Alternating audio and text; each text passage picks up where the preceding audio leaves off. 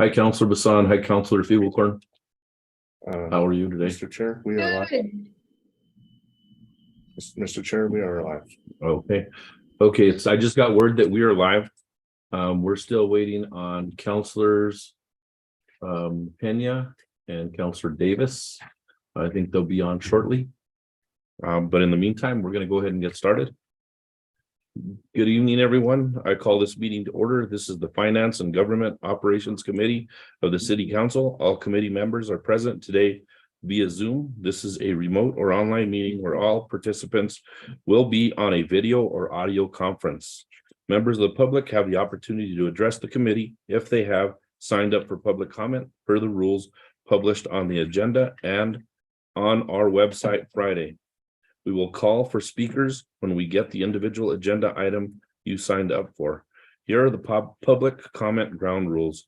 Comments are to be addressed to the committee members only. Each participant has 2 minutes to present. Any disruptive conduct will result in the removal from the meeting.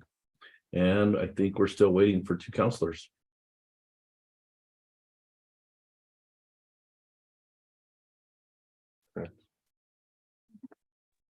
Mr. Chair, with 3 councilors, you do have a quorum if you wanted to proceed. All righty, let's proceed.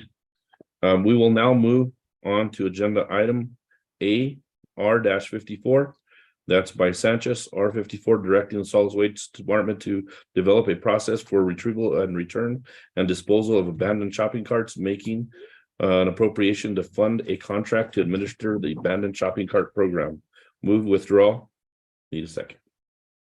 Second. Thank you by Councilor Feeblecorn. Councilors, any comments? Administration, any comments? Mr. Chair, I have one unrelated. Do we have public comment? Are there people for public comment tonight? Oh, yes, they not here yet? there's 2 people for public comment on a different item. Okay, so they're on a, okay, I wasn't sure if it was just general or not. Thank you. I don't have anything to add to this. Okay, thank you. Councilor Davis is here. Hello, Councilor Davis.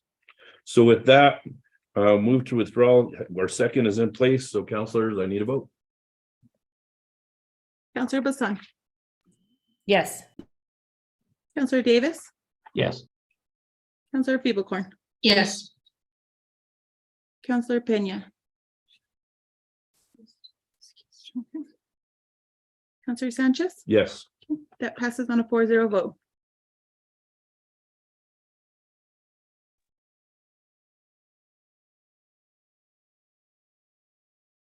Thank you. We'll now move on to agenda item B, R-132. Davis for Jones by request. Thank you, Mr. Chair. As you mentioned, this is a matter brought by request by Councilor Jones, and I'll introduce it to the committee for her. This approves and authorizes the filing of a grant application for broadband marketing and the outreach costs with the FCC and Consumer Government Affairs Bureau, and providing that appropriation to DTI. I move it to pass. Second. Councilors, any other questions or comment? Admin? Councilor Davis, I had a question about this bill. Do we Let's have see any? if I know the answer.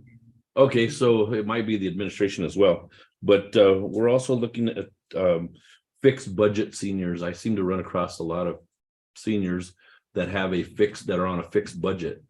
Based on that, I don't know if this grant will help them or not, or do we need to be seeking another grant in reference to it? Mr. Chair, I think that's a great question for DTI, and I think I see them in the mayor's conference room. I think I see our director there. Mayor's conference room. This is Mr. Chair, Councillor Davis. I'm going to hand that one over to Catherine, our broadband manager. Good afternoon, Mr. Chair, Councillor Davis. So the Affordable Connectivity Program, it has eligibility requirements. So for many seniors, if they are currently on other programs, they would qualify for that discount. And this grant is just to market and outreach to all residents so that they can determine if they're eligible. Good. So it actually does reach out to the seniors. Do we have that also in our publications to make sure that the seniors are being contacted especially if they actually fit the criteria? Yes, sir. And I do work correct. So I do work with the Senior Affairs Department as well. Okay, counselors, any other questions or comment? If there's none, we're ready for the vote. Counselor Bassan, Yes. Counselor Davis, Yes. Counselor Feeblecorn, Yes. Counselor Pena,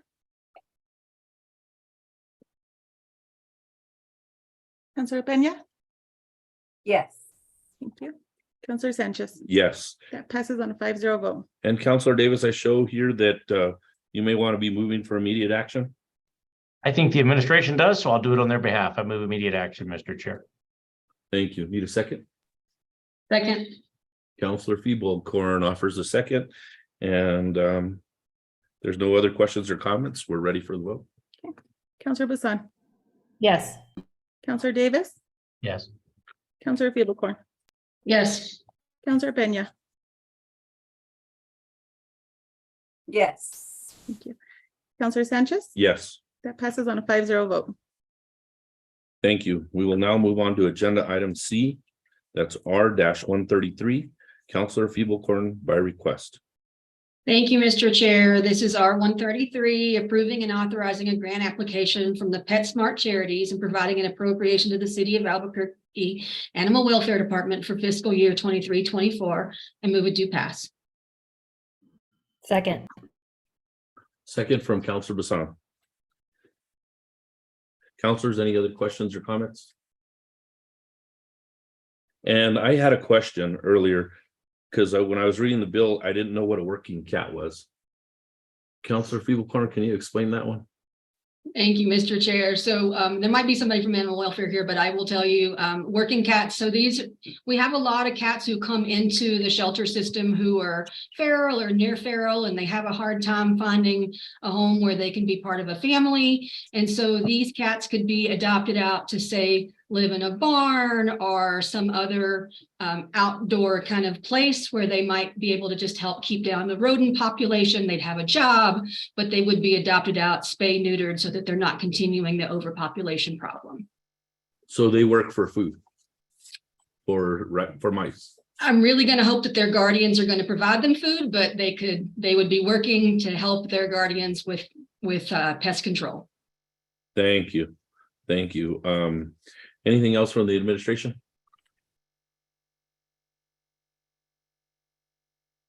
And we did the do pass and we had a second. Counselors, there's no other discussion. Mr. Chair, I just Yes. want to say, I think I saw Director Ortega's mouth moving, but they were on mute. Okay, I didn't see that. Thank you for bringing that up. Director Ortega. Just a thumbs up. Just a thumbs up and a great explanation, Counselor Feeblecorn.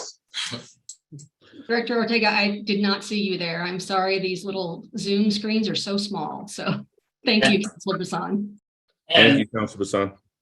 Mr. Chair, Councilor Feeblecorn, I just have to say, I do have a working cat in my barn, but I feed her and I make sure she has fresh water every day.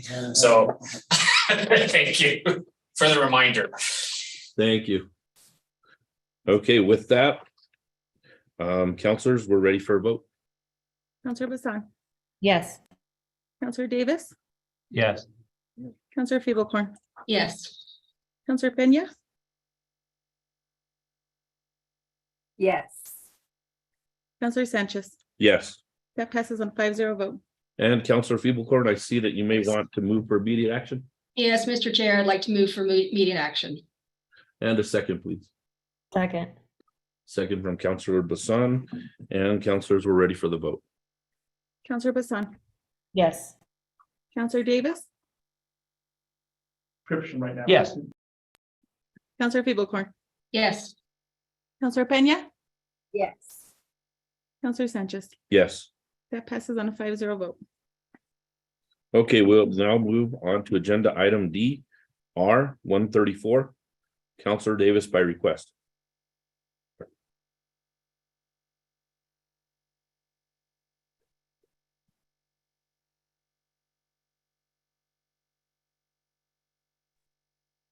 I'm sorry, Mr. Chair. Was that for me? Yes, sir. It was R-134, Counselor Davis by request. Thank you. My apologies. I had a distraction on my end. Mr. Chair, R-134 approves and authorizes the acceptance of another grant, this one from the Department of Housing and Urban Development for community project funding and providing an appropriation to Parks and Rec. And I see Director Simon here for any questions. I move it do pass. Second, Counselor Feeblecorn. And Director Simon, did you want to chime in? Yes, thank you, Mr. Chairman. Counselor Davis, thanks for carrying this one for us. This is a $750,000 grant that'll help us complete a project at Officer Daniel Webster Park. Unfortunately, we got so excited about this grant that we mixed and matched some numbers between two grants that we are getting for Officer Daniel Webster Park. So I believe there is an amendment that we would appreciate the committee's consideration for adding to this bill. Okay, Counselor Davis, we do have an amendment. I'll call it Amendment 1 for R-23-134. Do you have it in front of you? Thank you, Mr. Chair. I move that amendment in the iPads. Thank you. Second. And that second was Counselor Bassan. Thank you, Counselor Bassan.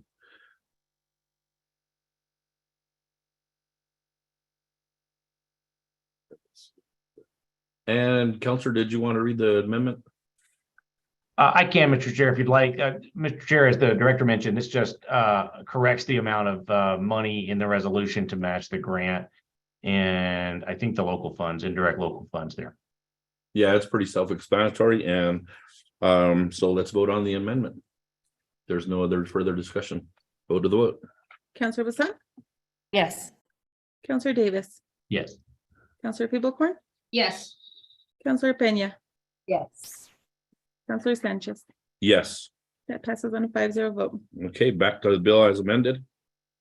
Thank you, And Mr. Chair. I move approval. thank you. And we're ready for the vote. Counselor Bassan, Yes. Counselor Davis, Yes. Counselor Feeblecorn, Yes. Counselor Peña, Yes. I think my Counselor hair Sanchez. delayed. Sorry. Yes, we got both of them. Thank you, Counselor Peña. And was that a yes from you? Yes, That passes on a 5-0 vote. thank you. And Mr. Chair, this being the last meeting before our last meeting, I would move immediate action. Thank you so much. And now a second from, was that Counselor Feeblecorn? Second from Counselor Feeblecorn. And we're ready for the vote on immediate action. Counselor Bassan, Yes. Counselor Davis, Yes. Counselor Feeblecorn, Yes. Counselor Peña, Yes. Counselor Sanchez. Yes, That passes on a 5-0 vote. thank you, counselors. We will now move on to agenda item E, R-135, Counselor Feeblecorn by request. Thank you, Mr. Chair. This is appropriating state funds from the New Mexico Environment Department's Volkswagen Environmental Mitigation Trust Program for the DERA projects throughout New Mexico. I move it do pass. Second by Counselor Davis.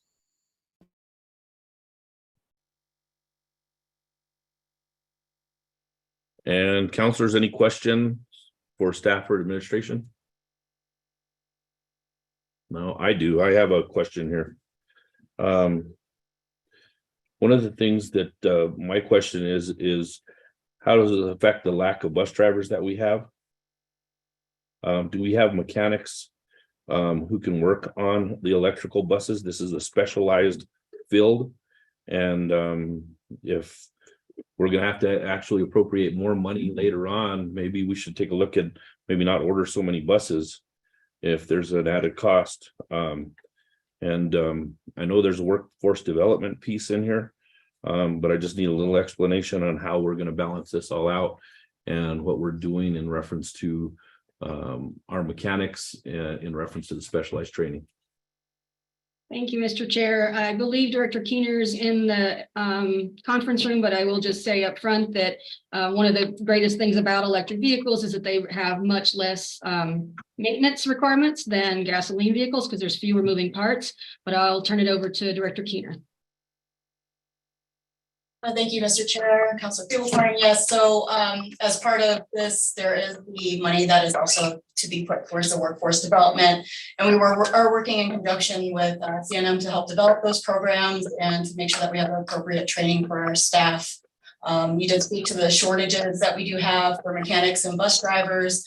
We are working on various angles to try and make improvements in that as far as incentives go, and other things in our training programs as well, to help in recruitment and retention. So we'll keep really going furiously at that. As far as the buses go, you know, this will be replacing some buses. It will be again adding to the low emission piece of it, and that's what that funding will be as part of the local match for those additional purchases. Okay, so bottom line is, do we have the specialized mechanics to work on the electric buses? And is it going to cost the citizens of Albuquerque more money if we get those buses in, if we don't have that specialization in place right now? Again, Councilor Chair, or excuse me, Mr. Chair and councilors, again, we have 5 electric buses right now. We are working on the training. We do have mechanics that are trained to work on the electric buses, and we'll just continue to improve that training. I don't see that it would be any kind of additional expense to provide extra training on a different specialized piece of equipment. We've made changes as we've gone throughout the years, whether it be from diesel hybrid to CNG buses, now to battery electric, and I don't foresee any issues with that training or an additional expense involved with it. Okay. Thank you. Any other further questions or comment? Seeing none, we'll go to the vote. Counselor Bassan, Yes. Counselor Davis, Yes. Counselor Pivovarn, Yes. Counselor Peña, Yes. Counselor Sanchez. Yes. That passes on a 5-0 vote. And again, are we Mr. moving Chair. this to immediate action, correct, Councilor Fiegelkorn? Yes, Mr. Chair. Second. I'll move for immediate action. Thank you. Councilor Bassan is the second. And we're ready for the vote. Counselor Bassan, Yes. Counselor Davis, Yes. Counselor Pivovarn, Yes. Counselor Peña, Counselor Peña, Yes. Counselor Sanchez. Yes. That passes on a 5-0 vote. Thank you. We will now move on to agenda item F, R 136. Councilor Bassan for grout by request. Mr. Chair, R136 is concerning the local election to be held in the city of Albuquerque on November 7th, 2023. I move a do pass. Second. Second by Councilor Fiegelkorn. And councilors, any questions or staff administration comments? We have the city clerk on standby. Sure, I Councilor have one Fiegelkorn, I question. see your hand up. Yes, thank you, Mr. Chair. Just a quick question. You know, I was reading through this bill last night and realized that it's setting forth a timeline that's already started. And so just curious, what would happen if this bill was not passed and why we didn't get it sooner? Thank you, Mr. Chairman, Councilor Fiegelkorn. This really is for the purpose of identifying the date of the runoff.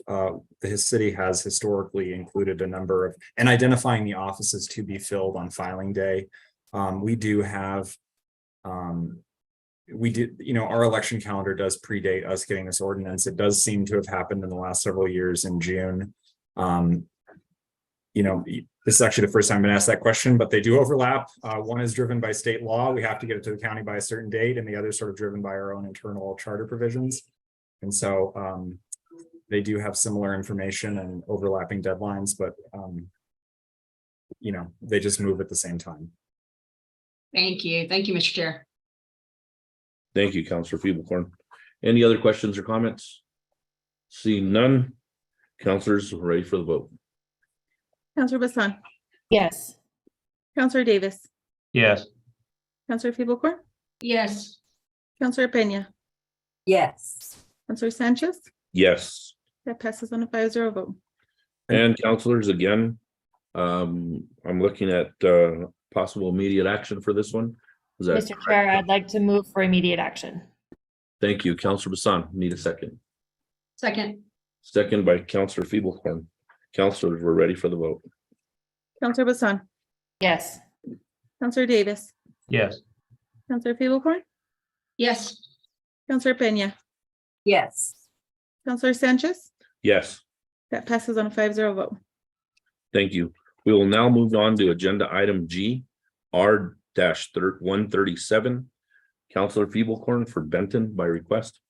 Thank you, Mr. Chair. This is relating to the redevelopment, leasing and sale of an MR project within the historic Central Metropolitan Redevelopment Area, approving the MR application, the Pearl redevelopment tax abatement application, authorizing the acquisition of land and existing improvements and construction, authorizing the disposition by lease and sale of the city's interest to Rimbe Silver Lofts LLC, and repealing all actions inconsistent with this resolution. I'll move it to pass. Second. Second. Second, Counselor Bassan.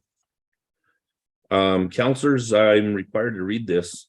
It says counselors are reminded that while they may hear testimony tonight on this matter that addresses matters outside of the redevelopment tax abatement criteria, for example, matters related to future site plan applications, all decisions must be based on redevelopment tax abatement criteria.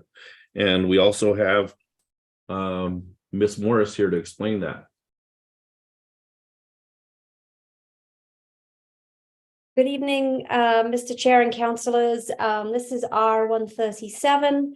And as Councillor Sanchez just mentioned, there'll be some public testimony tonight. But you are reminded that all recommendations and later at full council decisions must be based on the criteria of the redevelopment tax abatement program. This bill is requesting a tax abatement for property at 1623 and 1701 Central Northwest. It proposes to build a 4-story mixed-use multifamily property with 34 housing units, and will also include 1,700 square feet of retail and commercial space. I believe I can see Director Keene in the mayor's in the Economic Development Conference Room. And so I'll hand over to MR to speak about this application in more detail.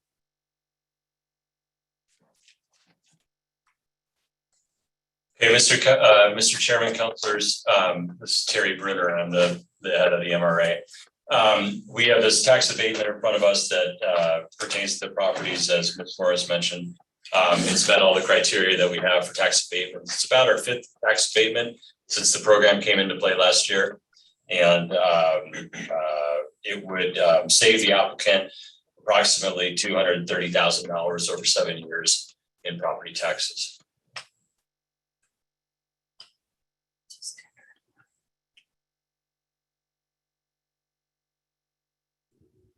Thank you, Mr. Bruner. I also see Counselor Bassan. Is that your hand up? No. Mr. Chair, I think it's Counselor Peña. Okay, Counselor Peña, sorry.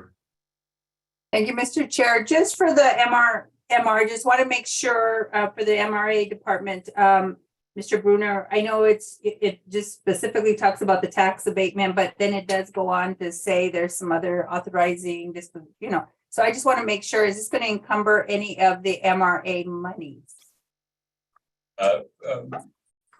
Mr. Chairman, Counselor, it will not. Okay, just wanted to verify. Thank you.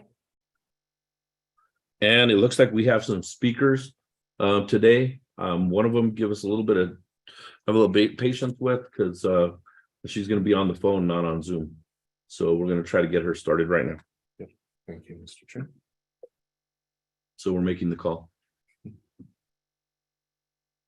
Hi, is that you, Garrett? It is, Carol. Are you ready to speak? Yeah, let me go get my stuff. You're gonna just record it? You're live in the room, ma'am. And so Oh, okay, let me go get it. great. In the meantime, do we also have Martin Vigil by phone? Oh, you have him on Yes, your phone? yes, I'm here. I'll have Martin go first, Carol, okay? Okay, Mr. Vigil, go ahead. yeah, I'm ready whenever. Yes, thank you for hosting this meeting, councilors. What I'd like to bring up is that I've conducted extensive IPRA requests. I have over 4,000 emails between the city of Albuquerque, including city councilors and Jay Rembry. I've discovered a lot of things. One of them that I brought to your guys' attention that was sent over to Mandy, excuse me, Mandy, was an email directly from Jay Rembry to city councilors, where he goes on to describe that 8 businesses have failed. And those 8 businesses, or 7 of the 8, were located at Country Club Plaza. In addition to that, according to Jay Rembry's own website, there's 15,000 square feet of vacant retail space. In addition to that, I've discovered through IPRA that Jay Rembry was a part of developing the tax abatement system, which he then later on goes and profits from. And that's a conflict of interest that should not be going on. In addition to that, the city of Albuquerque is alleging that there's a 5,000 housing shortage in the downtown area. And the person who conducted that study was Todd Clark, which is also one of Jay Rembry's tenants, and he's also his co-chair for the ULI. So basically, these guys come up with a study and then profit from that study. In addition to that, Todd Clark provides funding for these projects. So total conflict of interest again. I'm getting ready to file a lawsuit against the city of Albuquerque, Jay Rembry. I'm also filing Inspector General complaints, state and federal, and also a HUD complaint. Attorney Les Brown and also or Les Romaine and Blair Dunn are willing to take the case. They should be joining probably in about 2 months. In the meantime, the city of Albuquerque has refused to speak with me and my neighbors, and that needs to stop. So I'm requesting that this tax abatement not be provided until further investigation is done.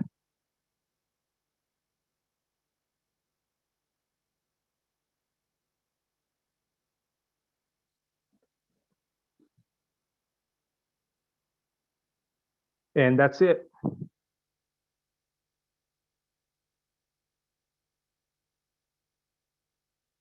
And I live in 60.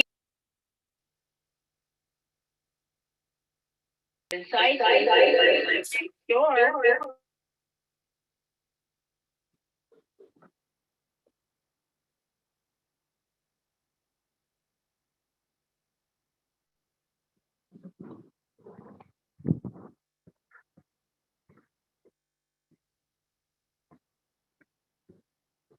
Additionally, 34 apartments are proposed behind the commercial buildings with vehicular access to them from 16th Street.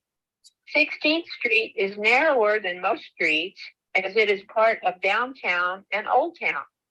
Additionally, the 200 block has 3 apartments, 3 single-family houses, and a house from the 1800s on the east side, and 2 houses and 1 apartment on the west side. Half of the residents must park on 16th Street. This half-long block, the 200 block of 16th Street, allows parking on both sides of the street. As a result, only 1 car at a time can travel on this block between the parked cars. A number of the residents are elderly and require assistance to reach their transport vehicles. I therefore request that the Pearl reconfigure its plans to have the apartment dwellers neither enter nor exit via 16th Street. This is also a safety issue, as well as the most dramatic change to our neighborhood that is not acceptable to the neighbors who live in the 200 and 300 blocks of 16th Street Northwest. That's it. Thank you for your time, Carol. Thank you.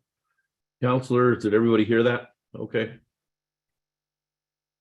Okay, I've got Counselor Bassan, I think, was first, and Counselor Feeblecorn. Mr. Chair, I would like to ask Ms. Keefe if there's anything that would mean that we should hold off on any of this legally, given some of the comments we heard tonight. Mr. Chairman, Councilor Bassan, no, I wouldn't say so. I think any of the information you heard is information that you can consider in making your decision, but none of it would be a legal barrier to acting on this ordinance or resolution or on Mr. Rembry's involvement. Thank you. Counselor Feeblecorn. Thank you, Mr. Chair.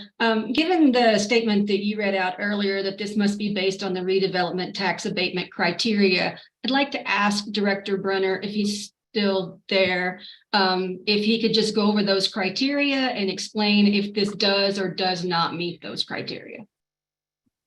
Absolutely, Mr. Chairman, Counselor. So we have basically 4 areas of the criteria. One would be in a metropolitan redevelopment area, and it is along that side of Central in the historic Central MR area, so it does meet that criteria. The applicant must have site control, and the applicant does own both parcels, which will be consolidated into a single lot. And then there's a minimum project size, and it must meet one of 3 criteria: total hard construction costs of at least $2 million, or a minimum of 8 additional residential units, or a minimum of 15,000 square commercial feet put into use. And the project meets 2 of those 3 with a project cost of $7.75 million and an additional 34 housing units. And then our final criteria is that it meet a community benefit score of at least 100, and it scores at 135 points. We have a matrix that includes those different benefit criteria. There's several of them, or at least a dozen or so, I think. But the ones that they meet are having rooftop on-site solar, efficient unit sizes,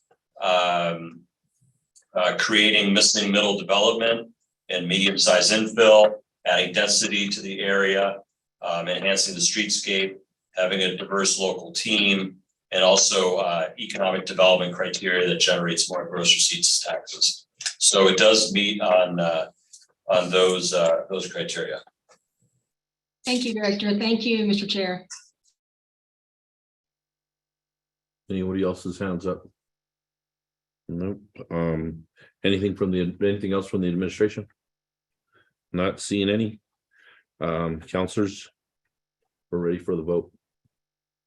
Counselor Bassan, Yes. Counselor Davis, Yes. Counselor Feeblecorn, Yes. Counselor Pena, Yes. Counselor Sanchez. Yes. That passes on a 5-0 vote. And Mr. Chair, to round out the evening, I would like to move for immediate action on this one. And do I have a second? Counselor Davis with a second. And counselors are ready for a vote. Counselor Bassan, Yes.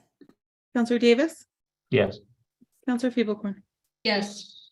Counselor Pena, Yes. Counselor Sanchez. Yes. That passes on 5-0 vote. And looks like that's it. There being no further business, this FGO committee meeting is adjourned.